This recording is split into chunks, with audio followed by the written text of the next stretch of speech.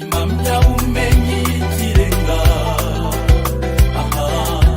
impamyabumenyi y'ikirenga nzayikura mu burayi, impamyabumenyi y'ikirenga nzayikura mu bururu, impamyabumenyi y'ikirenga nzayikura mu Rwanda.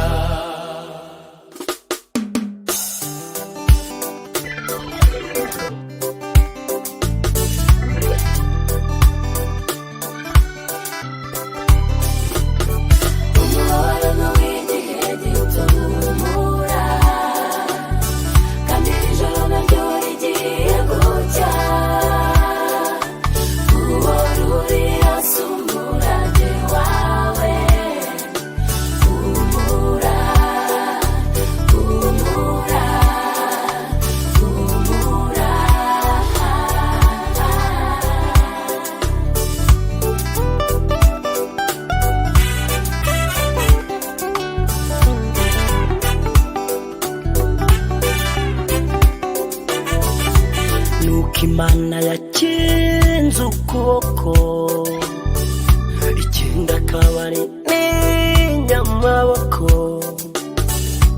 Uba waragiye ku cyavu kandi urengana, nuko wakuze impamvu uba waragiye ku cyavu kandi urengana.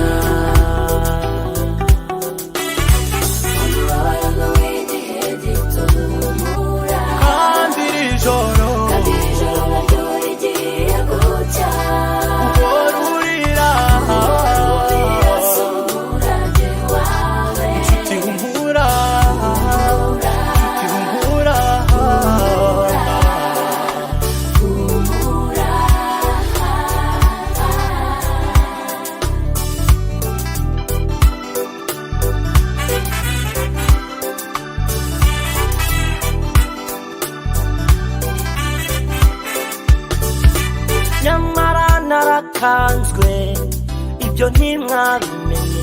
Hashize igihe narahizwe, ibyo ntimwabimenye. Ngiye guhaha narahenzwe, ibyo ntimwabimenye.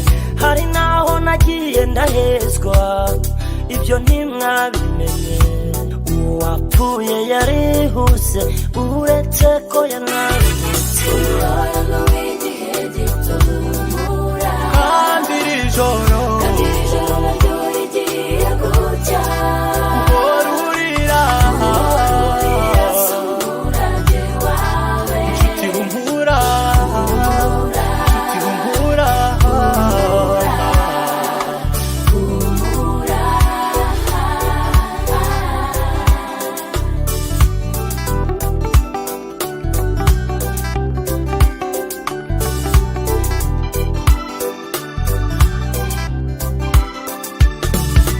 Abisi n'abagome ariko ntibazahoraho,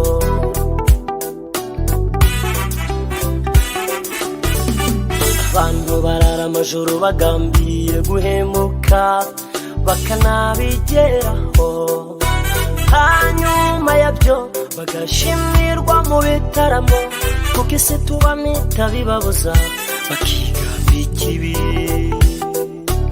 Ujya utinyira itavuze umwe, mwana wa mama, ahari umwotsi byanga bikunda haba hariyo n'umuriro, ntibazagushuke